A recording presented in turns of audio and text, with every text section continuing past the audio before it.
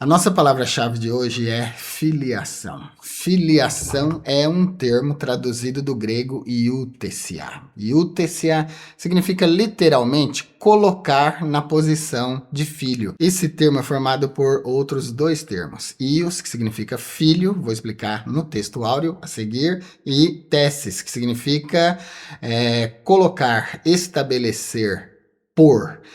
Tessis deriva de tifme, que significa colocar por estabelecer. Então, iutesia é colocar como filho.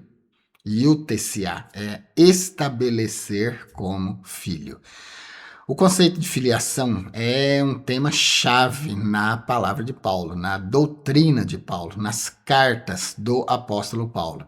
E esse termo não se refere apenas a um sentimento, mas a um status jurídico e espiritual definitivo na vida do crente. Então, filiação, iutesia, não é um sentimento que a gente tem em relação a Deus, é um status. Status é uma posição social que nós alcançamos em Cristo. Então, meus irmãos, é um termo muito importante. O apóstolo Paulo usou, claro que propositalmente, para deixar muito claro para nós que nós agora, de novo nascidos, regenerados, nos tornamos filhos de Deus. Claro que iutesia indica não uma filiação natural, porque só Cristo é o Filho unigênito do Pai.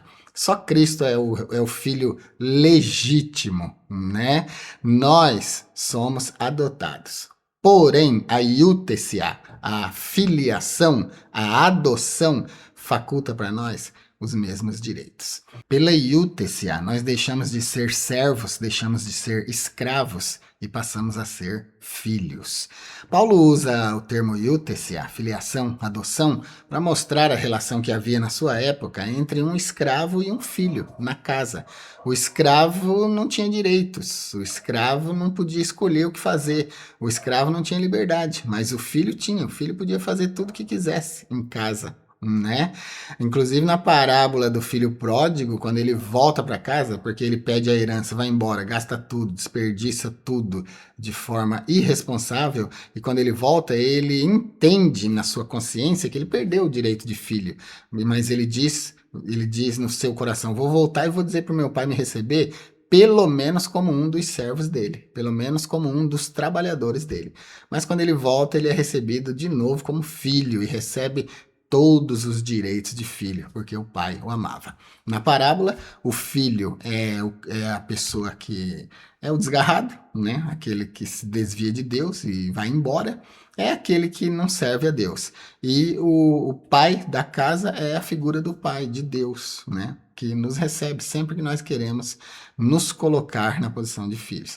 Então, iutesia é um termo poderoso na doutrina de Paulo, porque ele indica nossa filiação, e essa filiação nos dá direitos. Romanos 8:15, então, diz que nós não somos mais escravos, não somos mais servos, mas filhos.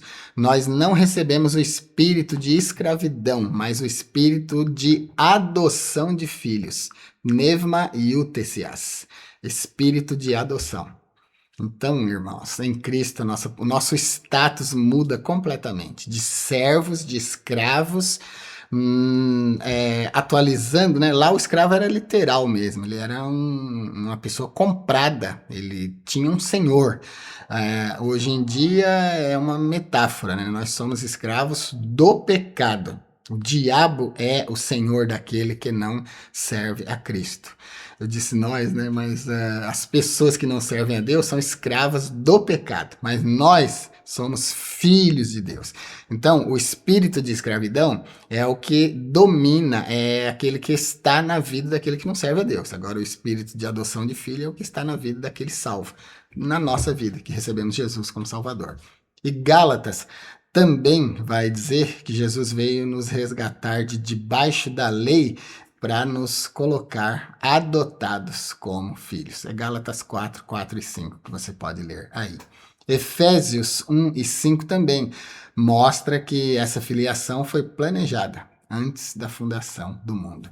Nos predestinou para sermos adotados como filho por Jesus Cristo, conforme a sua boa vontade, seu bom prazer de realizar em nós a sua misericórdia, a sua benevolência.